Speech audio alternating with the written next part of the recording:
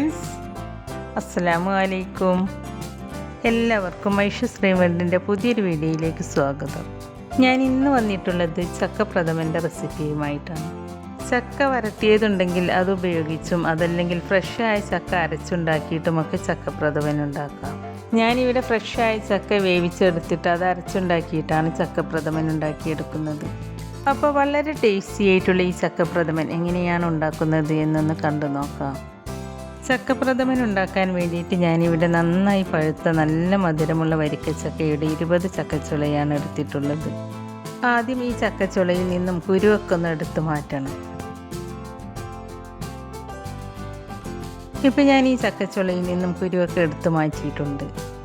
ഇനി ഈ ചക്കച്ചുള ഇതുപോലെ ഒന്ന് കട്ട് ചെയ്തെടുക്കുക.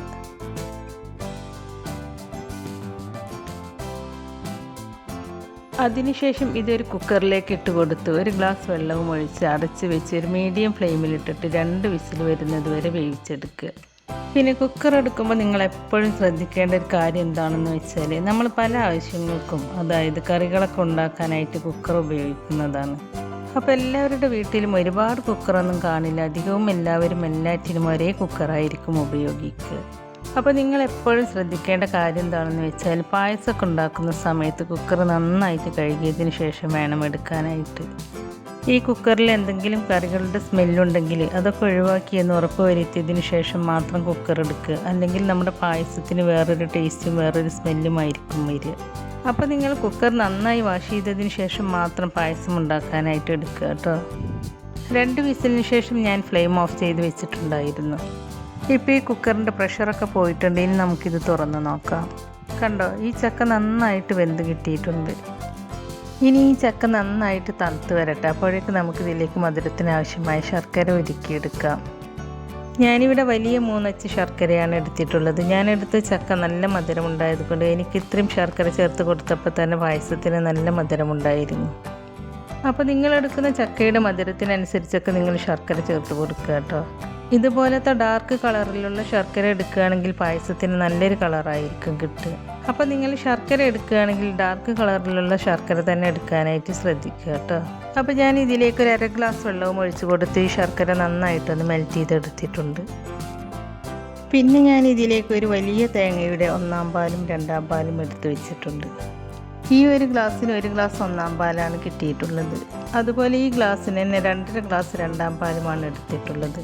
1/4 പാൽ എടുത്തതിന് ശേഷം തേങ്ങയിലേക്ക് വെള്ളം ചേർത്ത് കൊടുത്തിട്ട് മിക്സിയുടെ ജാറിലിട്ട് ചെറുതായിട്ടൊന്ന് അരച്ചെടുത്തതിന് ശേഷം ഒരു അരിപ്പയിലൂടെ അരിച്ചെടുത്തിട്ടാണ് 2/2 പാൽ എടുത്ത് വെച്ചിട്ടുള്ളത്. ഇപ്പോൾ ഈ ചക്കയുടെ ചൂടൊക്കെ ഒന്ന് ആറി വന്നിട്ടുണ്ട്. ഇനി ഒരു മിക്സിയുടെ ജാറിലിട്ട് ഈ ചക്ക നന്നായിട്ടൊന്ന് അരച്ചെടുക്കുക. ചക്ക അരച്ചെടുക്കുമ്പോൾ ചക്ക വേവിച്ച വെള്ളം മാത്രമാണ് കേട്ടോ ഞാനിതിലേക്ക് ചേർത്ത് കൊടുത്തിട്ടുള്ളത്. പിന്നെ എക്സ്ട്രാ വെള്ളമൊന്നും ചേർത്ത് കൊടുത്തിട്ടില്ല. അപ്പോൾ ഞാനിത് നല്ല ഫൈൻ പേസ്റ്റായിട്ട് തന്നെ അരച്ചെടുത്തിട്ടുണ്ട്. ഇനി ഞാൻ ഈ പായസത്തിന് നല്ലൊരു തിക്നെസ് കിട്ടാൻ വേണ്ടിയിട്ട് ഇതിലേക്ക് ഒരു 1/4 കപ്പ് സാഗോ റൈസ്, അതായത് ചവ്വരി വേവിച്ചത് ചേർത്ത് കൊടുക്കുന്നുണ്ട്. അതിനായിട്ട് ഒരു കുക്കറിലേക്ക് കുറച്ച് ഗീ ഒഴിച്ച് കൊടുത്തതിന് ശേഷം അതിലേക്ക് ഒരു 1/4 കപ്പ് സാഗോ റൈസ് ഇട്ടിട്ടൊന്ന് റോസ്റ്റ് ചെയ്തെടുക്കുക. റോസ്റ്റ് ചെയ്തെടുക്കുമ്പോൾ ഈ സാഗോ റൈസ് പെട്ടെന്ന് വെന്ത് കിട്ടും. ഇപ്പോൾ ഈ സാഗോ റൈസ് നന്നായിട്ടൊന്ന് റോസ്റ്റായി വന്നിട്ടുണ്ട്. ഇനി ഇതിലേക്ക് 2 കപ്പ് വെള്ളം ഒഴിച്ചിട്ട് അടച്ച് വെച്ച് മീഡിയം ഫ്ലെയിമിലിട്ടിട്ട് 2 വിസിൽ വരുന്നത് വരെ വേവിച്ചെടുക്കുക. സാഗോ റൈസ് വെന്ത് വരുമ്പോഴേക്കും നമുക്ക് മറ്റേ അടുപ്പത്ത് പായസം ഉണ്ടാക്കി തുടങ്ങാം. അതിനായിട്ട് ഞാനൊരു ചുവട് കട്ടിയുള്ള നോൺ സ്റ്റിക്കിൻ്റെ പാത്രം അടുപ്പത്ത് വെച്ചിട്ടുണ്ട്. പാത്രം ചൂടായിട്ട് വരുമ്പോൾ അതിലേക്ക് 2 ടേബിൾ സ്പൂൺ ഗീ ഒഴിച്ച് കൊടുക്കുക. എന്നിട്ട് ഞാനിതിലേക്ക് കുറച്ച് തേങ്ങാക്കൊത്ത് ചേർത്ത് കൊടുക്കുന്നുണ്ട്. ഈ തേങ്ങാക്കൊത്ത് ഗീയിലിട്ട് നന്നായിട്ടൊന്ന് റോസ്റ്റ് ചെയ്തെടുക്കുക. തേങ്ങ ചെറുതായിട്ടൊന്ന് റോസ്റ്റായി വന്നപ്പോൾ അതിലേക്ക് കുറച്ച് കാഷ്യൂ നട്ട്സും ചേർത്ത് കൊടുത്തിട്ടുണ്ട്. അതിനുശേഷം കുറച്ച് റൈസിൻസും ചേർത്ത് കൊടുത്തിട്ടുണ്ട്. ഇനി ഇതെല്ലാം നന്നായിട്ടൊന്ന് റോസ്റ്റ് ചെയ്തെടുക്കുക. എല്ലാം നന്നായിട്ടൊന്ന് റോസ്റ്റായി വന്നതിന് ശേഷം ഞാനിതൊരു ബൗളിലേക്ക് എടുത്ത് മാറ്റിയാണ്. എന്നിട്ട് ഈ പാത്രത്തിലേക്ക് കുറച്ചുകൂടി ഗീ ഒഴിച്ച് കൊടുത്തിട്ട് നമ്മൾ അരച്ച് വെച്ച ചക്കയുടെ പൾപ്പ് ചേർത്ത് അതിനുശേഷം ഈ പൾപ്പ് ഈ ഗീയിലിട്ട് നന്നായിട്ടൊന്ന് വേവിച്ചെടുക്കുക. ഈ ചക്ക നെയ്യിൽ കിടന്ന് വെന്തതിൻ്റെ നല്ലൊരു സ്മെല്ല് വരും. അതുവരെ വേവിച്ചെടുക്കുക കേട്ടോ. അങ്ങനെ വേവിച്ചെടുക്കുമ്പോഴാണ് ഈ ചക്ക പായസത്തിന് നല്ലൊരു ടേസ്റ്റ് ഉണ്ടാവുക. പിന്നെ നിങ്ങൾ ചക്ക പായസമൊക്കെ ഉണ്ടാക്കുമ്പോൾ ഇതുപോലെ വലിയ പാത്രം തന്നെ എടുക്കണം കേട്ടോ. അല്ലെങ്കിൽ ഈ ചക്ക നെയ്യിൽ കിടന്ന് വേവുമ്പോൾ പുറത്തേക്കൊക്കെ തെറിക്കാനുള്ള സാധ്യത ഉണ്ട്. വലിയ പാത്രമാകുമ്പോൾ അത്രയ്ക്ക് അങ്ങോട്ട് പുറത്തേക്കൊന്നും തെറിക്കൂല. അതുപോലെ ഇളക്കാൻ ഉപയോഗിക്കുന്ന ചട്ടുകം കുറച്ച് നീളമുള്ളത് എടുക്കുകയാണെങ്കിൽ കൈമക്കൊന്നും തെറിക്കൂല. നിങ്ങൾ ചക്ക വരട്ടിയത് കൊണ്ടാണ് പായസം ഉണ്ടാക്കിയെടുക്കുന്നതെങ്കിൽ അപ്പോൾ നിങ്ങൾക്ക് ഈ സ്റ്റെപ്പ് ഒഴിവാക്കാം കേട്ടോ. അപ്പോൾ നിങ്ങൾ ആദ്യം ശർക്കരപ്പാനി ചേർത്ത് കൊടുത്തിട്ട് അതിലേക്ക് ചക്ക വരട്ടിയത് ചേർത്ത് കൊടുത്താൽ മതി. അതുപോലെ ചക്ക വരട്ടിയത് കൊണ്ട് പായസം ഉണ്ടാക്കുമ്പോൾ ഇതിൽ ചേർക്കുന്ന അത്ര മധുരത്തിൻ്റെ ആവശ്യം വരുന്നില്ല. കാരണം നമ്മൾ ചക്ക വരട്ടിയത് ശർക്കര ചേർത്തിട്ടാണല്ലോ ഉണ്ടാക്കിയെടുക്കാറ്. അപ്പോൾ നിങ്ങളുടെ മധുരമൊക്കെ നോക്കിയിട്ട് അതിനനുസരിച്ചൊക്കെ മധുരം ചേർത്ത് കൊടുക്കുക കേട്ടോ.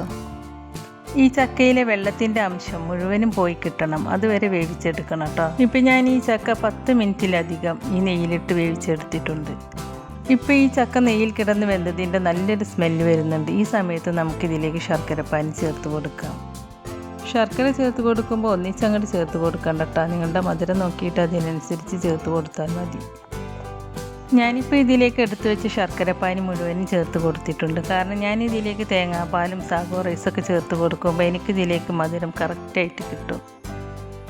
ശർക്കരപ്പാനി ചേർത്ത് കൊടുത്തതിന് ശേഷവും ഈ ചക്ക ശർക്കരപ്പാനിയിലിട്ട് നന്നായിട്ടൊന്ന് വേവിച്ചെടുക്കുക.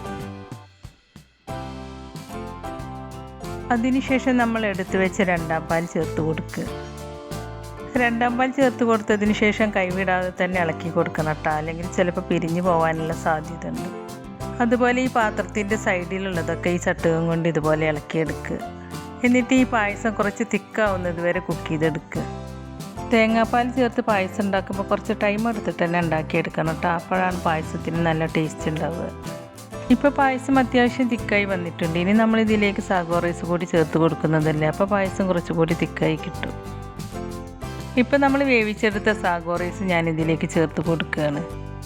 സാഗോ റൈസ് ചേർത്ത് കൊടുത്തതിന് ശേഷം ഈ സാഗോ റൈസിൽ ഈ മധുരമൊക്കെ പിടിക്കുന്നത് വരെ കുറച്ച് നേരം കുക്ക് ചെയ്തെടുക്കുക. സാഗോ റൈസിന് പകരം നിങ്ങൾക്ക് വേണമെങ്കിൽ 2 ടേബിൾ സ്പൂൺ അരിപ്പൊടി കുറച്ച് വെള്ളത്തിൽ കലക്കിയിട്ട് അത് ഇതിലേക്ക് ചേർത്ത് കൊടുത്താലും മതി. അതല്ലെങ്കിൽ നിങ്ങൾക്ക് ചക്ക മാത്രം മതി, വേറൊന്നും നിങ്ങൾക്ക് ഇതിലേക്ക് ചേർക്കാൻ ഇഷ്ടമില്ലെങ്കിൽ അപ്പോൾ നിങ്ങൾക്ക് പായസത്തിന് എത്രയാണ് തിക്നെസ് വേണ്ടതെങ്കിൽ അതിനനുസരിച്ച് പായസം കുറുക്കിയെടുത്താൽ മതി. സാഗോ റൈസ് ചേർത്ത് കൊടുക്കുമ്പോൾ പായസം കുടിക്കുമ്പോൾ അതിനിടയ്ക്ക് സാഗോ റൈസ് കടിക്കാൻ കിട്ടുന്നത് എനിക്കിഷ്ടമാണ്. അതുകൊണ്ടാണ് ഞാൻ ഇതിലേക്ക് സാഗോ റൈസ് ചേർത്ത് കൊടുത്തത്. നിങ്ങൾക്കും അതുപോലെ ഇഷ്ടമാണെങ്കിൽ നിങ്ങൾ ഇതുപോലെ ഉണ്ടാക്കി നോക്കൂ കേട്ടോ. ഇനി ഞാൻ ഇതിൽ മധുരമൊക്കെ ഒന്ന് ബാലൻസ് ആവാൻ വേണ്ടിയിട്ട് ഇതിലേക്ക് ഒരു പിഞ്ച് ഉപ്പ് ചേർത്ത് കൊടുക്കുന്നുണ്ട്. ഉപ്പ് ചേർത്ത് കൊടുത്തതിന് ശേഷവും നന്നായിട്ടൊന്ന് മിക്സ് ചെയ്തെടുക്കുക. ഇപ്പോൾ ഈ സാഗോ റൈസിൽ നന്നായിട്ട് മധുരമൊക്കെ പിടിച്ചിട്ടുമുണ്ട്, പായസം അത്യാവശ്യം കുറുകി വന്നിട്ടുമുണ്ട്. ഇപ്പോൾ ഈ പായസം ഇത്രയും തിക്കായാൽ മതി കേട്ടോ. കാരണം ഈ പായസം ചൂടാറി വരുമ്പോൾ ഒന്നുകൂടി തിക്കായിട്ട് വരും. ഈ സമയത്ത് നിങ്ങൾ ഇതിൽ മധുരമൊക്കെ ഒന്ന് ചെക്ക് ചെയ്ത് നോക്കുക കേട്ടോ. നിങ്ങൾക്ക് മധുരം കുറവാണെങ്കിൽ അതിനനുസരിച്ച് മധുരം ഈ സമയത്ത് ചേർത്ത് കൊടുക്കുക. ഞാനിതിലേക്ക് 1 ടീസ്പൂൺ ഏലക്ക പൊടിച്ചത് ചേർത്ത് കൊടുക്കുന്നുണ്ട്. ഞാൻ പഞ്ചസാരയും ഏലക്കയും കൂടി കൂട്ടി പൊടിച്ചതാണ്, അതുകൊണ്ടാണ് 1 ടീസ്പൂൺ ചേർത്ത് കൊടുത്തത്. നിങ്ങൾ ഏലക്ക മാത്രമാണ് പൊടിച്ചെടുത്തിട്ടുള്ളതെങ്കിൽ അപ്പോൾ ഇത്രയും ചേർത്ത് കൊടുക്കണ്ട കേട്ടോ. അപ്പോൾ നിങ്ങളുടെ ടേസ്റ്റിനനുസരിച്ച് ചേർത്ത് കൊടുത്താൽ മതി. പിന്നെ ഞാൻ ഇതിലേക്ക് 1/2 ടീസ്പൂൺ ചുക്കുപൊടിയാണ് ചേർത്ത് കൊടുക്കുന്നത്.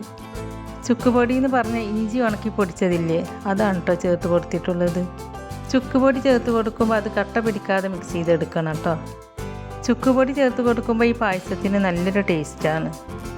പിന്നെ ഞാൻ ഇതിലേക്ക് 1/4 ടീസ്പൂൺ ചെറിയ ജീരകം വറുത്ത് പൊടിച്ചതും ചേർത്ത് കൊടുക്കുന്നുണ്ട്. ഈ പൊടികളൊക്കെ ചേർത്ത് കൊടുക്കുമ്പോൾ ടേസ്റ്റ് നോക്കുക, എന്നിട്ട് നിങ്ങളുടെ ടേസ്റ്റിനനുസരിച്ചൊക്കെ ചേർത്ത് കൊടുക്കുക കേട്ടോ. ചിലർക്ക് കൂടുതൽ ചേർക്കുന്നതാവും ഇഷ്ടം, ചിലർക്ക് കുറച്ച് ചേർക്കുന്നതാവും ഇഷ്ടം. അപ്പോൾ നിങ്ങളുടെ ഇഷ്ടം എങ്ങനെയാണെന്ന് വെച്ചാൽ അതുപോലെ ചേർത്ത് കൊടുക്കുക.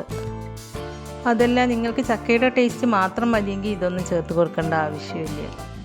ഇപ്പോൾ പൊടികളൊക്കെ ഞാൻ കട്ടയില്ലാതെ നന്നായിട്ട് മിക്സ് ചെയ്തെടുത്തിട്ടുണ്ട്. ഇനി നമുക്കിതിലേക്ക് നമ്മൾ എടുത്തു വെച്ച് 1-ാം പാൽ ചേർത്ത് കൊടുക്കാം. 1-ാം പാൽ ചേർത്ത് കൊടുത്തതിന് ശേഷം നന്നായിട്ടൊന്ന് മിക്സ് ചെയ്തെടുക്കുക. 1-ാം പാൽ ചേർത്ത് കൊടുത്തതിന് ശേഷം പിന്നെ ഈ പായസം തിളപ്പിക്കരുത് കേട്ടോ, ഒന്ന് നന്നായിട്ട് ചൂടാക്കി എടുത്താൽ മതി. ഇപ്പം ഞാൻ ഈ പായസം 1-ാം പാലൊക്കെ ചേർത്തിട്ട് നന്നായിട്ടൊന്ന് മിക്സ് ചെയ്തെടുത്തിട്ടുണ്ട്. അപ്പോൾ നമ്മുടെ പായസം ഇത്രയൊക്കെ ചൂടായാൽ മതി കേട്ടോ. ഇനി ഞാൻ ഫ്ലെയിം ഓഫ് ചെയ്ത് കൊടുക്കുകയാണ്. അതിനുശേഷം നമ്മൾ നേരത്തെ നെയ്യിൽ വറുത്തെടുത്ത തേങ്ങാക്കൊത്തും കാഷ്യൂ നട്ട്സും കിസ്മിസൊക്കെ ചേർത്ത് കൊടുക്കുക. അപ്പോൾ അതെല്ലാം ചേർത്ത് കൊടുത്തതിന് ശേഷം ഞാനിതൊന്ന് മിക്സ് ചെയ്തെടുക്കുകയാണ്. അപ്പോൾ വളരെ ടേസ്റ്റി ആയിട്ടുള്ള ചക്കപ്രഥമൻ ഇവിടെ റെഡി ആയിട്ടുണ്ട്. ഈ പായസം ചൂടാറി വരുമ്പോഴേക്കും ഒന്നുകൂടി തിക്കായിട്ട് വരും. ഈ പായസം നിങ്ങൾക്ക് കൂടുതൽ തിക്കായിട്ട് വരികയാണെങ്കിൽ ഒന്നുകിൽ തേങ്ങാപ്പാൽ ഒഴിച്ചിട്ട് ചൂടാക്കിയിട്ട് എടുക്കുക, അതല്ലാന്നുണ്ടെങ്കിൽ കുറച്ച് ചൂടുവെള്ളം ഒഴിച്ച് കൊടുത്തിട്ട് ലൂസാക്കിയിട്ട് എടുക്കുക. ഒരു 45 മിനിറ്റ് കൊണ്ടാണ് കേട്ടോ ഞാൻ ഈ പായസം റെഡിയാക്കി എടുത്തിട്ടുള്ളത്. പായസം ഇതുപോലെ ടൈം എടുത്ത് ചെയ്യുമ്പോഴാണ് നല്ല ടേസ്റ്റ് ഉണ്ടാവുക. ഇപ്പോൾ ഈ പായസം കുടിക്കാനുള്ള പാകത്തിനൊക്കെ ചൂടാറി വന്നിട്ടുണ്ട്. ഇനി ഞാനിത് ഗ്ലാസ്സുകളിലേക്ക് സെർവ് ചെയ്യാണ്.